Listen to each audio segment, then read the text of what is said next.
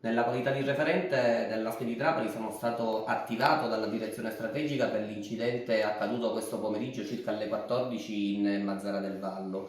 Praticamente un pullman e uno scuolabus con 9 bimbi a bordo, oltre autista e 2 ausiliari, hanno avuto uno scontro con un autoveicolo sul quale viaggiava una famiglia con 5 bambini a bordo.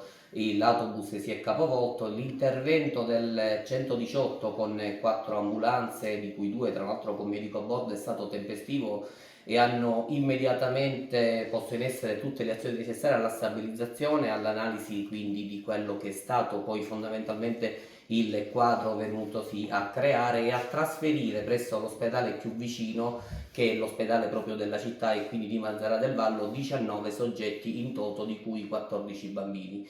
Alle ore 18 il bollettino, dopo l'analisi clinica e l'analisi anche laboratoristica, chiaramente strumentale, di tutti i soggetti, ha determinato il trasferimento di 3 bambini presso il capoluogo, quindi la città di Palermo, quindi presso la chirurgia pediatrica e l'ortopedica. Comunque non destano in condizioni gravi, sono assolutamente stabili e vanno quindi solo tenuti per la necessaria osservazione per le prossime ore.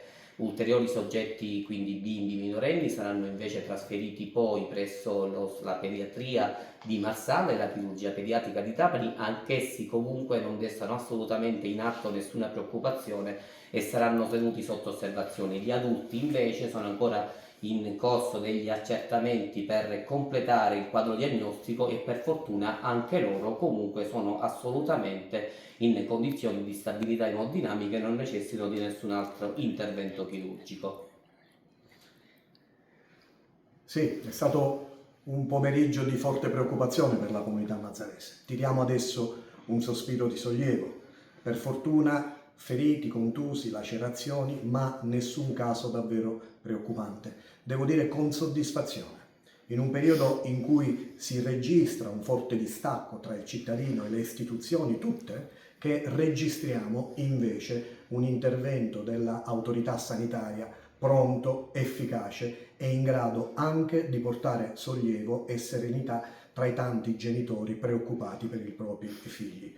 Quando sono giunto qui in pronto soccorso ho trovato infatti un ambiente ben più sereno di quanto io potessi attendermi. Le cure sono arrivate immediatamente, per fortuna le diagnosi non destano preoccupazioni importanti in tutti quanti e adesso faremo il punto invece sulle responsabilità. Lancio l'ennesimo ulteriore appello ai miei concittadini.